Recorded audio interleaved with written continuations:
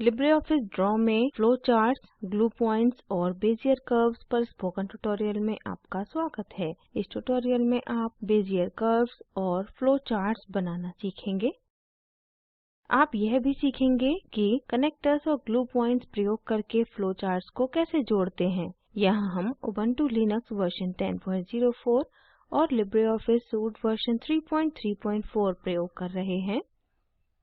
अब Bezier curves के बारे में सीखते हैं। बेजियर कर्व्स मुख्यतः कर्व्स को स्मूथ बनाने के लिए कंप्यूटर ग्राफिक्स में प्रयोग होते हैं।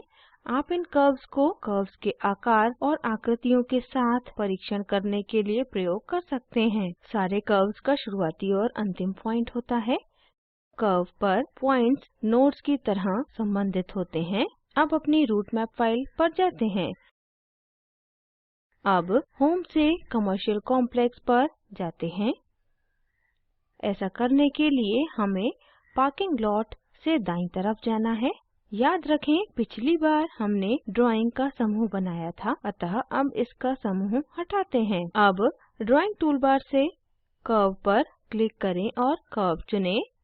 ड्रॉ पेज पर रास्ते के शुरुआती पॉइंट पर क्लिक करें, यह होम है। माउस के बाएं बटन को दबाएं और इसे प्लेग्राउंड तक खींचें। आप एक सीधी लाइन देखेंगे। माउस बटन को छोड़ें।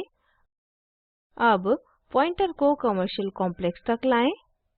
लाइन कर्व लेगी जैसे जैसे माउस मूव होगा। अंतिम पॉइंट पर डबल क्लिक करें जो कि कमर्शियल कॉम्प्लेक्स है। हमने एक कर्व बना लिया है। ध्यान दें कि कर्व का परिवर्तन स्मूथ है। अब हम एडिट पॉइंट्स टूलबार प्रयोग करके इस कर्व पर पॉइंट्स को एडिट करते हैं। कर्व पर क्लिक करें। एडिट पॉइंट्स टूलबार को सक्षम करने के लिए कर्व पर राइट क्लिक करें और एडिट पॉइंट्स चुनें। जब कर्व की समाप्ति पॉइंट्स पर नीले बॉक्स दिखते हैं तो हम कर्व एडिट कर सकते हैं। कर्व के शुरुआती पॉइंट पर क्लिक करें। आप कंट्रोल पॉइंट के साथ डॉटेड लाइन देख सकते हैं। अब आप ज़रूरत के अनुसार कर्व को बढ़ाने या घटाने के लिए डॉटेड लाइन को खींच सकते हैं। एक बार बदलाव करने के बाद ड्रॉ पेज पर कहीं भी डबल क्लिक करें। एक कर्व को स्मूथ बनाने के लिए आप एडिट पॉइंट्स टूलबार प्रयोग करके कर्व पर पॉइंट्स को प्रविष्ट, मूव और मिटा सकते हैं। यहाँ आपके लिए एक छोटा सा नियत कार्य है। एडिट पॉइंट्स टूलबार प्रयोग करके बेजियर कर्व बनाएं और सारे विकल्पों के साथ कार्य करें। अब फ्लो चार्ट्स बनाना सीखते हैं। अब रूट मैप फाइल पर दो नए पेज जोड़ते हैं। ड्रॉ फ्लो चार्ट्स के लिए ड्राइंग टूलबार में अलग विकल्प देता है। यह फ्लो चार्ट स्पोकन ट्यूटोरियल प्रक्रिया में सारे चरण दिखाता है। अब इस फ्लो चार्ट को दिखाते हैं। ड्राइंग टूलबार से फ्लो चार्ट्स पर क्लिक करें। छोटे काले त्रिभुज पर क्लिक करें और फ्लो चार्ट प्रोसेस चुनें। कर्सर को ड्रॉ पेज पर रखें। माउस का बायां बटन पकड़ें और इसे नीचे खींचें। आपने एक प्रोसेस बॉक्स बना लिया है। प्रोसेस बॉक्स पूरी प्रक्रिया में एक स्टेप या एक इवेंट दिखाता है। हम फ्लोचार्ट ऑब्जेक्ट्स में भी टेक्स्ट प्रविष्ट कर सकते हैं। प्रोसेस बॉक्स पर डबल क्लिक करें और इसके अंदर text create the tutorial outline to chunk content into 10-minute scripts type करें। फ्लोचार्ट्स के लिए फॉर्मेटिंग विकल्प अन्य ऑब्जेक्ट्स की तरह ही समान है। अब प्रोसेस बॉक्स के अंदर टेक्स्ट अलाइन करते हैं। अब टेक्स्ट चुनते हैं। कॉन्टेक्स्ट मेन्यू देखने के लिए राइट क्लिक करें और टेक्स्ट पर क्लिक करें। टेक्स्ट डायलॉग बॉक्स दिखता है। टेक्स्ट डायलॉग बॉक्स में resize shape to fit text width box पर टिक करें। ओके पर क्लिक करें। आप देखेंगे कि टेक्स्ट को फिट करने के लिए प्रोसेस बॉक्स ने अपना आकार बदल दिया है। अब एक साथ Ctrl Z कीज़ दबाकर इस क्रिया को अनडू करते हैं। दोबारा टेक्स्ट चुनते हैं। मेन मेन्यू पर जाएं और फॉर्मेट चुनें और टेक्स्ट पर क्लिक करें। टेक्स्ट डायलॉग बॉक्स खुलता है। अब word wrap text in shape विकल्प जांचते हैं। ओके पर क्लिक करें। प्रोसेस बॉक्स की आकृति में फिट होने के लिए टेक्स्ट अपने आप समायोजित हो गया है। उसी तरह से पहले वाले के नीचे एक प्रोसेस बॉक्स बनाएं। इसके अंदर टेक्स्ट क्रिएट स्क्रिप्ट्स प्रविष्ट करें। अब एक डिसीजन बॉक्स बनाएं और इसके अंदर टेक्स्ट रिव्यू ओके प्रविष्ट करें। डिसीजन बॉक्स एक निर्णय दिखाता है जो किया जाना है। यह हमें निर्णय के आधार पर अगली प्रक्रिया के लिए निर्देशित करता है। अब डिसीजन बॉक्स के नीचे एक अन्य प्रोसेस बॉक्स बनाते हैं। अब इसके अंदर टेक्स्ट रिकॉर्ड वीडियो प्रविष्ट करते हैं। आगे यहाँ हमें टेक्स्ट रिव्यू ओके के साथ एक अन्य डिसीजन बॉक्स की ज़रूरत है। अब वो डिसीजन बॉक्स जो हमने पहले बनाया कॉपी करें और यहाँ रखें। अतः डिसीजन बॉक्स चुनें और एक साथ कंट्रोल सी कीज़ दबाएं। अब एक साथ कंट्रोल वी कीज़ दबाएं।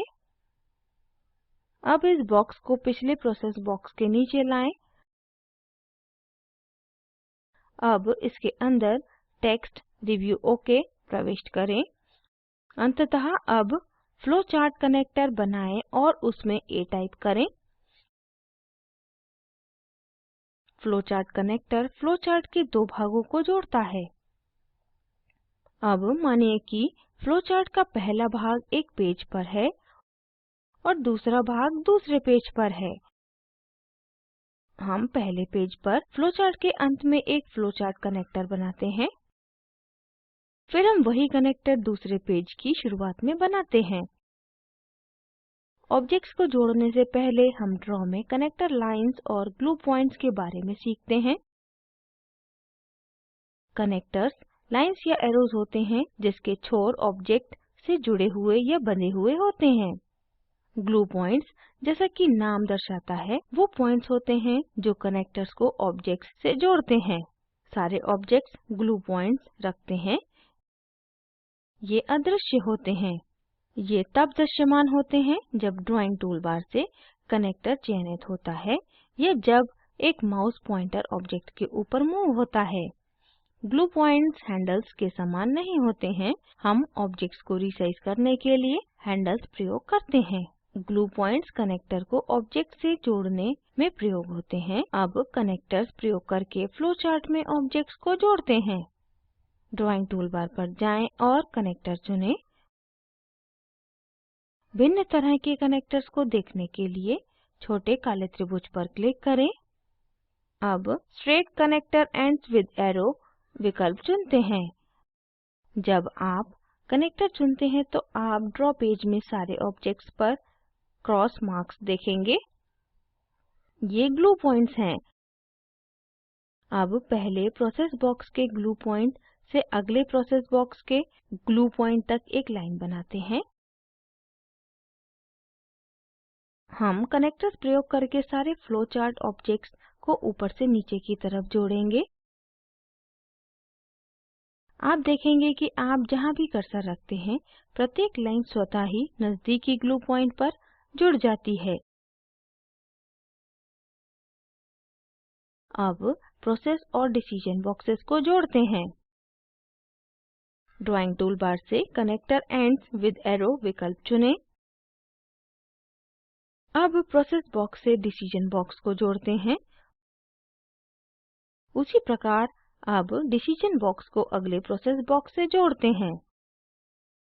आप कनेक्टर पर टेक्स्ट भी जोड़ सकते हैं। डिसीजन बॉक्स से प्रोसेस बॉक्स वाले कनेक्टर पर अब नो टाइप करते हैं। कनेक्टर चुनने के लिए इस पर डबल क्लिक करें।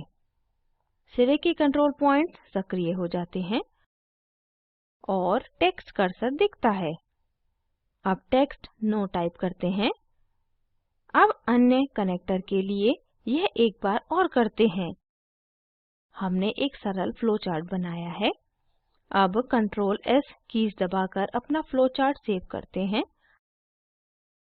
आप लाइन्स और एरोज़ प्रयोग करके भी ऑब्जेक्ट्स को जोड़ सकते हैं, लेकिन उस स्थिति में आपको ऑब्जेक्ट्स का समूह बनाना चाहिए। यह इसलिए है क्योंकि एरोज़ ऑब्जेक्ट्स से जुड़े नहीं रह सकते। कनेक्टर्स लाइन्स और एरोज़ से कैसे भिन्न होते हैं? कनेक्टर्स लाइन्स या एरोज़ होते हैं जिसके सिरे ऑब्जेक्ट के ग्लू पॉइंट से स्वतः ही जुड़े होते हैं। दूसरी तरफ लाइन्स और एरोज़ अपने आप नहीं जुड़ते हैं। इस ट्यूटोरियल को रोकें और यह नियत कार्य करें। स्पोकन ट्यूटोरियल फ्लो चार्ट का दूसरा भाग बनाएं। प्रोसेस बॉक्सेस को रंग करें। अक्षर A के साथ कनेक्टर बनाएं। यह इस फ्लो चार्ट में पहला ऑब्जेक्ट होना चाहिए। यह इस प्रकार दिखना चाहिए। यह हमें इस ट्यूटोरियल के अंत में लाता है। इस ट्यूटोरियल में आपने निम्न के बारे में सीखा: flow charts, connectors, glue points. निम्न लिंक पर उपलब्ध वीडियो देखें। यह स्पोकन ट्यूटोरियल प्रोजेक्ट को सारांशित करता है। अच्छी बैंडविड्थ ना मिलने पर आप इसे डाउनलोड करके देख सकते हैं। Spoken tutorial project team spoken tutorials का उपयोग करके कार्यशालाएं चलाती है। ऑनलाइन टेस्ट पास करने वालों को प्रमाण पत्र देते हैं। अधिक जानकारी के लिए कृपया contact@spoken-tutorial.org पर लिखें। Spoken tutorial project talk to a teacher project का हिस्सा है।